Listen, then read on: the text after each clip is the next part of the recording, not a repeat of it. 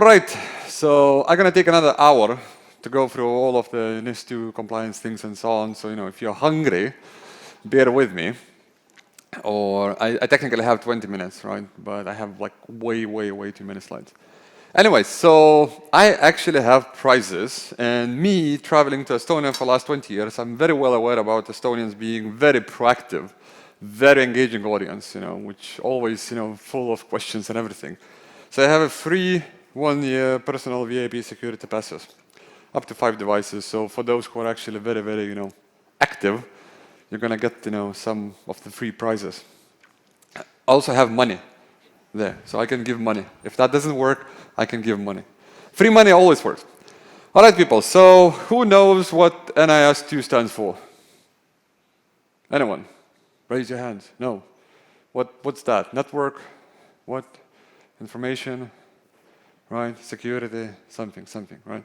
Anyway, so the point is, NIS2 is coming, right? So NIS2 is a network information system protection kind of directive from EU, right? You probably know it's coming end of the year. What I really want to try to do is kind of run a bit through the journey of like how I kind of see that in terms of paradigm shift, first of all, and what kind of principles we're going to use to kind of prepare for that, because it's not something you can buy, implement, and forget. So that's the first thing, right? So it's all about that kind of thinking, the mind model. So paradigm, an old kind of Greek word, basically saying this is how we see the things, right? So think of that as a map. Right? If you have a wrong map, you're probably going to get lost. Simple as that. Right? So if you would have Riga's or Vilnius map in Thailand and would try to find the port, you're probably not going to get any luck with that. So paradigm is really kind of the way how we think about certain things. This is our kind of mind map of how certain things should look like, right? And NIS2 changes that paradigm a lot for the people who are actually in IT and IT security, because it's a completely different way of doing stuff, right? So within any paradigm, you always have principles, right? So as long as we agree that there's good and bad, evil and whatever, is up and down, we can follow the same principles, right? So we know where we're heading. So think of that as kind of the compass, right? So NIS2 basically gives you a bunch of principles inside with the new paradigm shift in terms of how you should navigate certain things. So when you think about it, and when you come back, within organizations, when you're going to go back to your, management and so on, kind of, at least take this first, 9 slides with you. They're very non-technical. The next 20 slides going to be very technical, right? So the idea here is, it's all about changing the point of view, changing your principles. And first principle basically is that NIS2 is fortifying the castle. We're moving from reactive, so reacting to something like an incident, into being proactive, right? We're getting ready for stuff. That's really the core idea. Original NIS directive was really applied for the critical infrastructure. So the idea was, hey, we have whatever network providers like Elisa, we have these water suppliers, we have military, right? They have to be ready.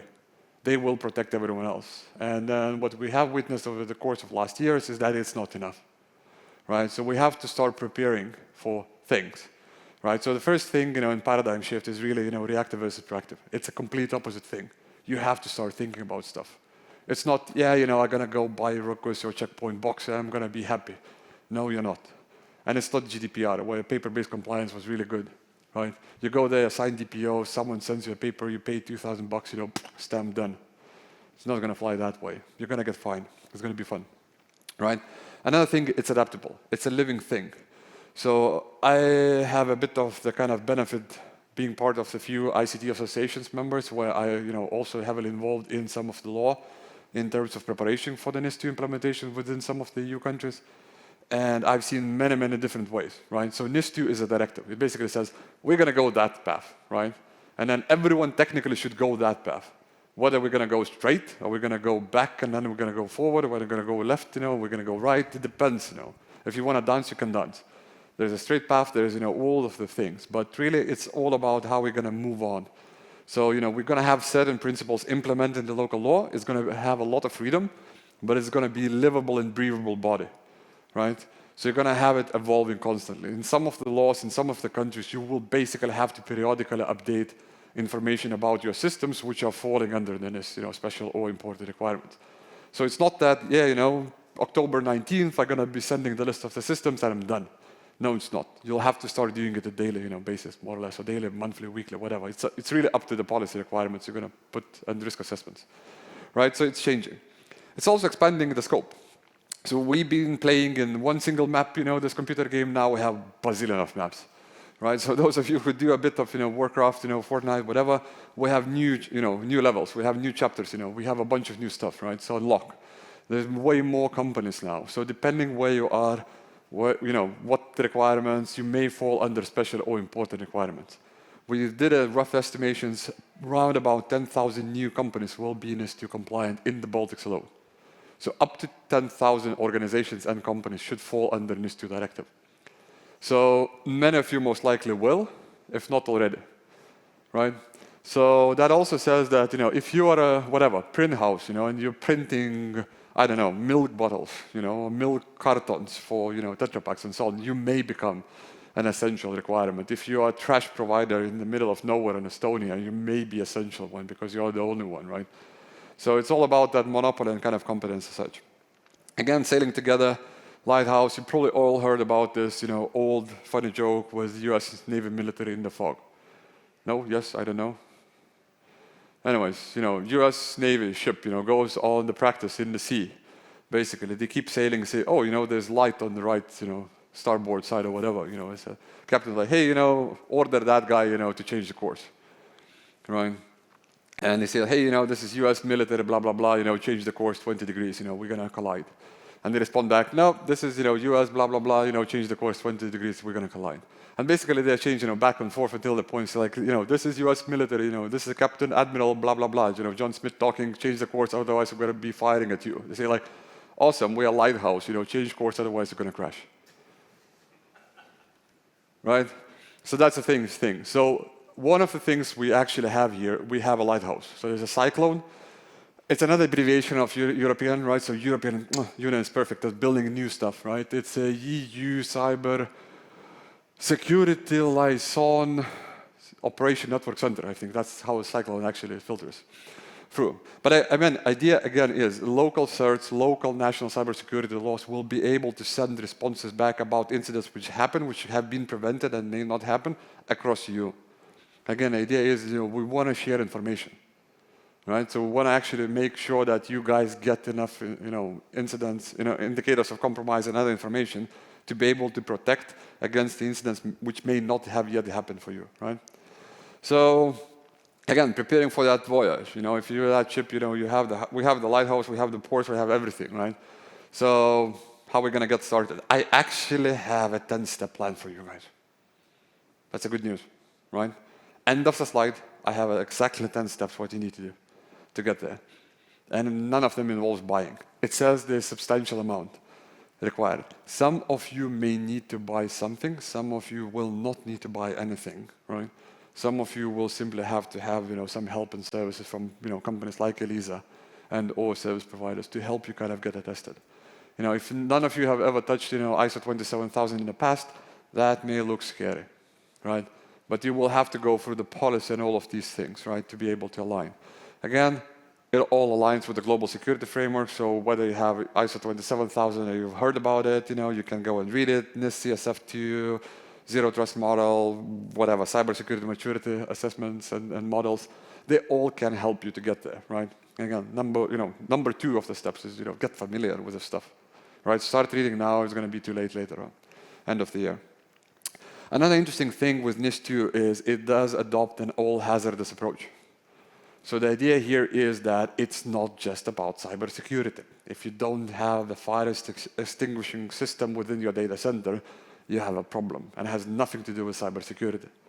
If your data center blows or flooded, or you have a toilet above it, I used to work in a data center which got flooded with, I'm not sure if we recorded it by shit, because we literally had a restroom on the 4th floor of the facility where it got overflooded and it was going all the way down until we got a 1.5 meter of dumpster hitting the data center doors in the past. So you may have whatever resilient data centers with raised floors and everything, they're not really, shit preventative. So that's one of the things. You have to go through these things, right? You understand all of the hazards. Are you close to the border of whatever, unfriendly nations? Are you, too close to the water? Are you, too close to that? Do you have actually, extra power supplies and stuff like that? So it's all about risk mitigation, right? That's kind of the concept. Another one, which is very, very interesting and sometimes comes as a shocker for many, is this data protection by design approach, right? You get information. That information is born in different places, and therefore it gets stored, transmitted indifferently, right?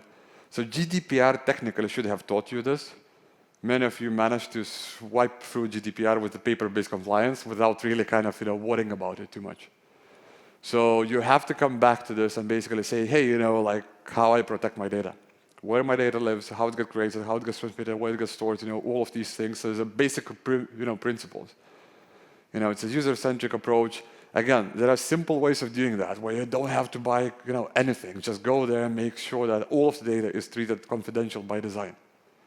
There's stuff like that. If you're using Office 365, whatever, go there, enable the flag. Rights management server, go there, say like everything is confidential.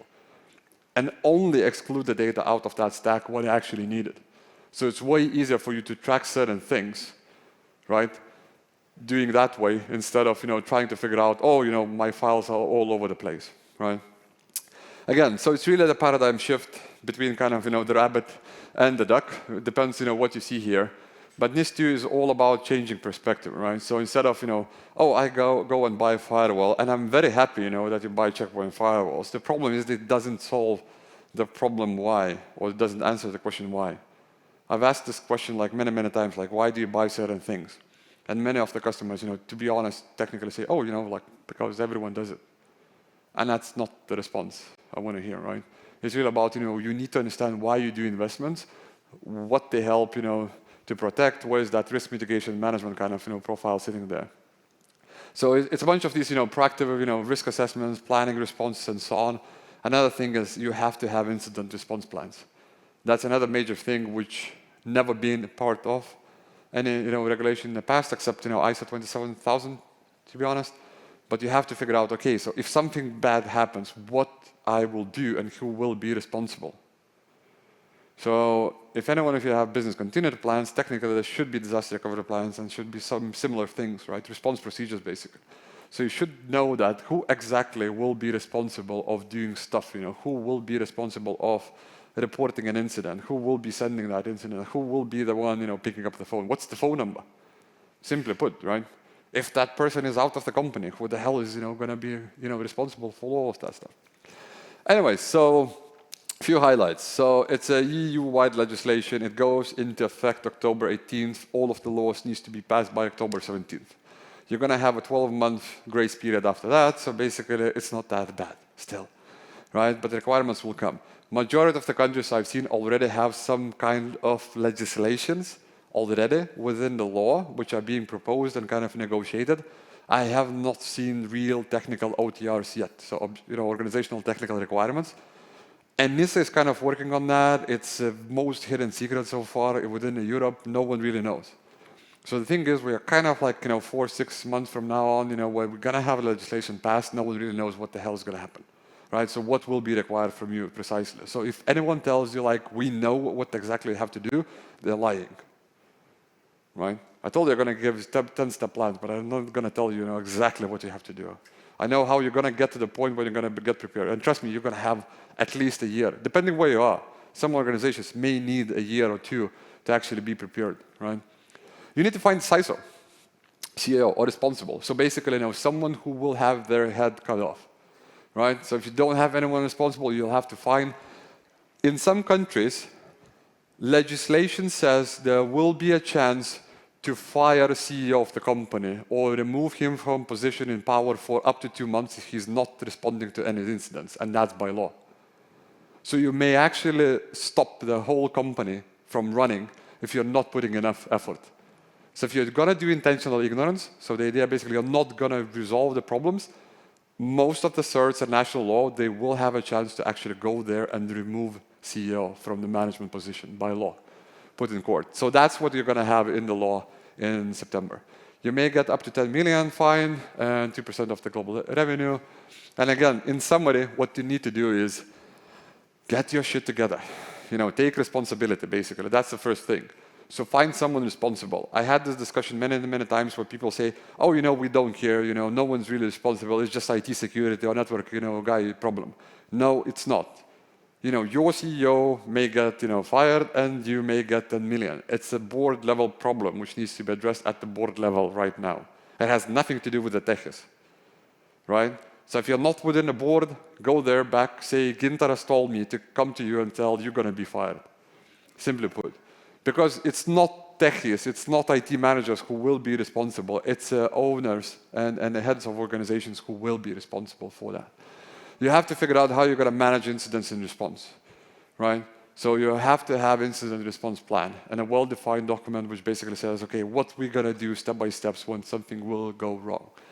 Supply chain security. If you're a vendor partner, or selling something to the government, if you're selling something to any of those vendors, so for example, if you're Elisa, you have to be in NIS2 compliance, otherwise they can't buy from you, right? So entire supply chain needs to be kind of validated through.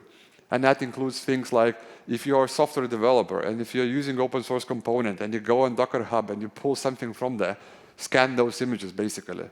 Last week, 5 million infected images found at Docker Hub.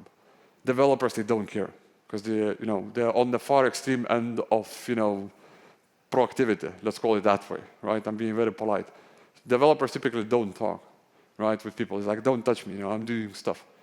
And then when you ask them, have you scanned your images? How do you know the code is secure? It's like, I don't care.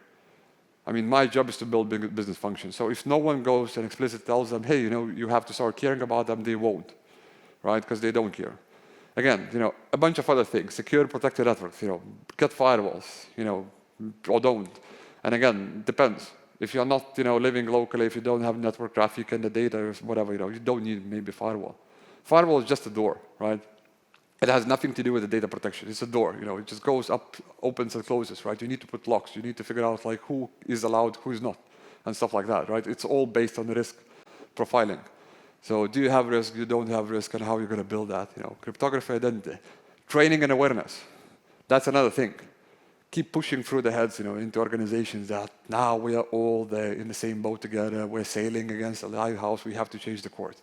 That's the paradigm shift, right? So you have to figure out that everyone within organizations needs to start thinking about cybersecurity. That's really what NIS2 tries to make sense of, right? It's like you wake up in the morning, you go there, you brush your teeth, you think about security. That's it. That's the idea. Essentially, this law is about the cyber hygiene. That's it. Nothing else. Anyway, so how can we help address some of these things? First of all, we can do assessment and technical readiness, right?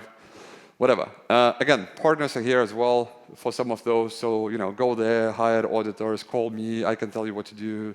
Get Elisa involved, they can tell you what to do if you have no clue what to do, right? First of all, it's all about understanding where you are, where's your organization, do you fit under NIS2 requirements? If you do fit under NIS2 requirements, what do you have, what you don't? Where's your gap, right? It doesn't mean that you will have to go and buy everything. Half of the year is going to be just about writing a bunch of papers. It's the most boring job on a planet Earth. The thing is, some of the auditors and consultants who do ISO 27000 and other things, they're already booked for like 9, 12 months in advance. So if you have not started doing that, someone's going to go and have to train themselves and start writing papers. It's literally boring stuff, but you have to do it. You have to build those policies, right? So strategy governance, we have these services. Again, you can get Checkpoint to do it. Maybe Elisa can do it. There's some definitely other partners who can help you do that. But it's all about, where we are, what do we have, do we have fire extinguishers, are they actually, up to date, do I have, the backup plans, what's my business continuity plan, what if I'm going to blow this building, do I have another building, where's my backup, where's my disaster recovery site, where's my, whatever. If I'm in the cloud, how many clouds, 1, 2, 3, or 4, if I'm in the mist, that's another problem. I'm running out of time, I know. I'm going to take another 10 minutes, okay? Thank you. You're so kind of you. It's technical controls, right? So when you get through that risk assessment, you're going to go and figure out, oh shit, I only have one data center, right? But my business requires to have a backup, a business continuity. So now I'm going to have to start running around and looking where I'm going to place a copy of the data, right?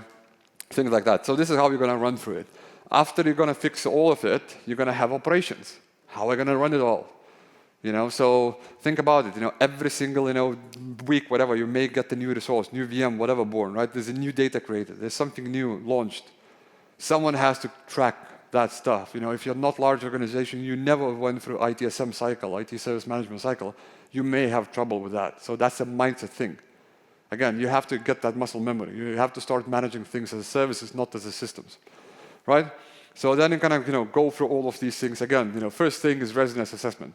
Go there, Google it, whatever. Call me. I have those tools. If you don't have a clue what to do, again, call me, call Elisa. We're gonna help you, right? What you're gonna get is almost like something like this, right? Where's your risk? Low, high, right? So what things you have? What's your gap analysis plan? Like, I don't know, do you have a gap within your, identity and crypto and whatever space, right? You need to address that. What's your identity access management rules? Do you have incident response? Do you have a SOC readiness plan? No, you don't. Oh, sorry. You may end up with something like that if you're big, right? Run through all of this and figure out, okay, how these things are stitched together. Where is the gap? What I need to do and how I need to solve that. Technically, this is the McDonald's, right? So, fries, chicken filet, whatever, Big Macs and cheeseburgers and so on. We have it all.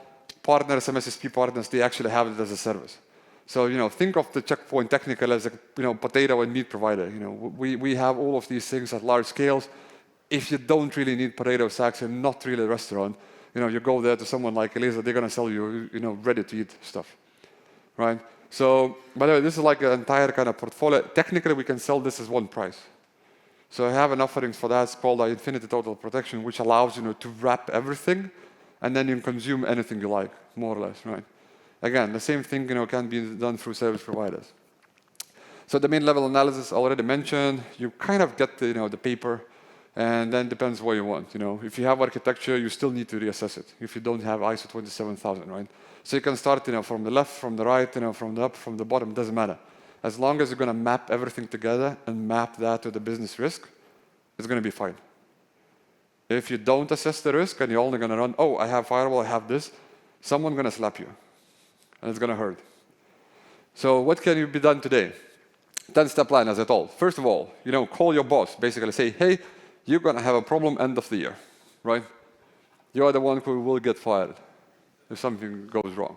So again, involve top management. It's a business decision, not the IT decision, not technical decision. I keep getting annoyed talking the same thing, but it's not technical decision, right?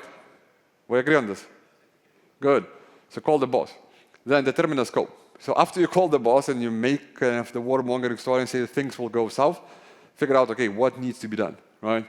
Get yourself familiarized with the requirements. Go there, read, NIS2, local papers, whatever. There's a bunch of local legislation that's going to start pouring throughout the summer, right? So you're going to start to see OTRs and other things, happening right now. Do risk assessment, do strategy development, right? So figure out, okay, I have the gap. I need to figure out if that causes the risk. If it causes the risk, how are you going to help address that? Technical organizational measures. This is easiest part, right? You can buy stuff quickly, but don't buy without really assessing the risk first. Build incident response plans. You can start building them today. They don't need to involve anything buying at all. Someone just, put someone on Monday morning and say, you start writing risk incident response plans. That's it. That's simple. Most likely, they will have no clue where to start from, and that's the problem you have to solve. That's a gap analysis. Monitoring, testing, and so on, right? These are all the things. Reporting, documentation. You're going to have a lot of docs. I'm trying to put it all together as one kind of package, to give it all to the customers end of the year. I ended up counting 70 documents, which I need to write, build, for you guys to be kind of, covered with all of this, right? Review and update it. As I mentioned, it's you wake up in the morning, brush teeth, you're out of toothpaste, you've got more teeth, or something else happened, you have to go to the dentist. Really your problems. You have to kind of move through it. And collaboration, another thing, talk together. It's all about that. You saw EU has a cycle and so on. National certs may come with interesting things. I've seen laws where national certs will have the right and power to bring and place devices in your facilities for detection capabilities. So you may want it, you will not, you may get something coming out. Today, learn anything about those, right? It's the first time you hear about ISO 27000, go and read it. It's going to be the foundation for NISA OTRs. So whatever technical organizational requirements will come out in a few weeks, months from now on by NIS2, which is European organization, they all will be based on ISO 27001. NIS CSF has similar but more technical requirements. Zero trust cybersec, they're more down to earth. The technical assessments. What's your identity looking like? What's your networking looking like? What's your data stacks looking like, and so on, right? So they may help you to understand things you know and can touch, right? And going to be less about the risk and policy. Because I know for some techies, risks and policies are something which they kind of, hate. Supply chain security management, start doing now. That's annoying, trust me. It's something, again, you've never done in your life. It's going to be hard. Cyber-oriented culture, again, remember principles. I don't care. Do the virtual tabletop exercises. You had lock shields a few days ago. Do the beer bash parties, ask Elisa to organize a virtual tabletop security exercises, whatever. Start building it, right? Any random Joe sitting within any organizations which will be part of NIS2 needs to start thinking what security is, what phishing is, how that phishing email looks like, how stupid they are if they're going to click all of them, right? So you have to go through all of that process. And again, guidance and assistance, if you have no clue where to start, call me. Or, Elisa, or whatever. I don't promise I'm always going to, answer. But I mean, that's kind of the idea, really. We're all here for you guys. And I don't want to do the warmongering story or say, go buy, an access point or whatever. First of all, start risk assessment, involve top management, get that business buy-in, and take it from there. Make sense? Good. Yes, thank you. Thank you. And we have... I still have 3 of those. Questions? Yeah, we have got one question also from Elisa TechDay, that how good was the cooperation between EU and technology vendors in the NIS2 case? The AI companies are not very happy with EU. No one is happy with the EU. Have you seen anyone who's happy with the EU lately? Google got the fine, Facebook got the fine, Broadcom is going to get the fine now. Everyone's getting the fines. I think EU is very, very strict in a way, right? So, I mean, they're coming, again, NIS2 is evolution. It's just a NIS. So there's nothing about it. To be honest, I mean, I like it, I approve it, we should have done it earlier. And it has nothing to do with the technology. It's a process thing, right? So that's what I'm saying, it's nothing what you can buy. It's about the mindset. Change the mindset, you're going to be 90% ready. That's it. Okay, thank you. Thank you.